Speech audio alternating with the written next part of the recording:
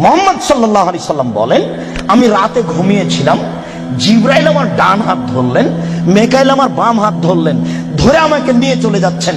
যেতে যেতে দেখি অনেক মানুষ আসাদু সাইন দেখা পান, ফুলে ফেঁপে বিশাল বিশাল আকৃতি ধারণ করে আছে, 50 হাত 100 হাত উঁচু উঁচু হয়ে আছে।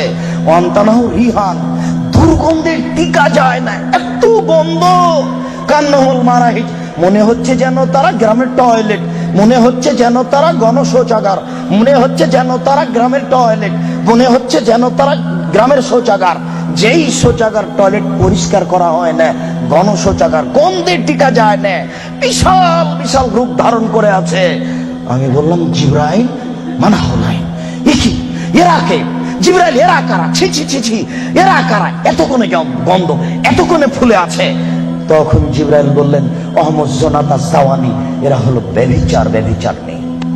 বলো যুবক, মোটা মোটা হ্যাঁ ফুলে আছে, খুব গন্ধ, এরা কারা? ব্যভিচার, ব্যভিচার নেই। তুমি সাবধান থাকো, তুমি একটু অপেক্ষা করো। শুনুন, আল্লাহ নবী বলছেন যে আমার ডান হাত জিবরাইল ধরলেন, বাম হাত মিকাইল ধরলেন, ধরে নিয়ে চলে যাচ্ছেন। যেতে যেতে দেখি একটা গর্ত, চুলার মতো। কোন চুলা? যাতে তন্দুরি রুটি হয়। তন্দুরি রুটি চুলা দেখেছেন? ভিতরে রুটি দিয়ে সিদ্ধ হলে বের করে নেওয়া হয়, এরকম চুলা।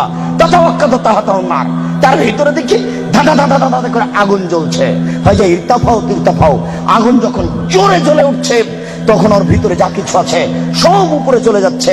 হয় যে খামেরাত রাজা উফিহা, আর যখন আগুনটা কমে আসছে, তখন সব নিচের দিকে চলে যাচ্ছে। ফিহারে চালন অনিসাউন ওরাতন, তাতে দেখি পুরুষ এবং নারী জমা ধরে আছে উলঙ্গ অবস্থায়, পরনে কাপড় নেই কারো, এভাবে জমা ধরে আছে উলঙ্গ অবস্থায়।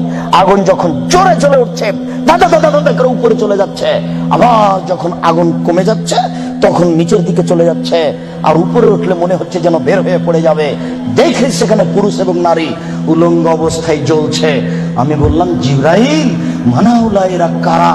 তখন জিবরাইল বললেন, অহমদ জনাত, তারা হলো ব্যভিচার, ব্যভিচার নেই।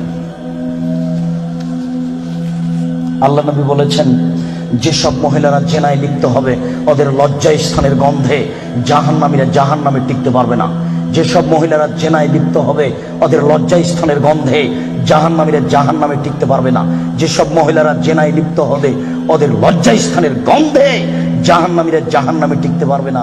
মুহাম্মদ সাল্লাল্লাহু আলাইহি সাল্লাম বলেছেন।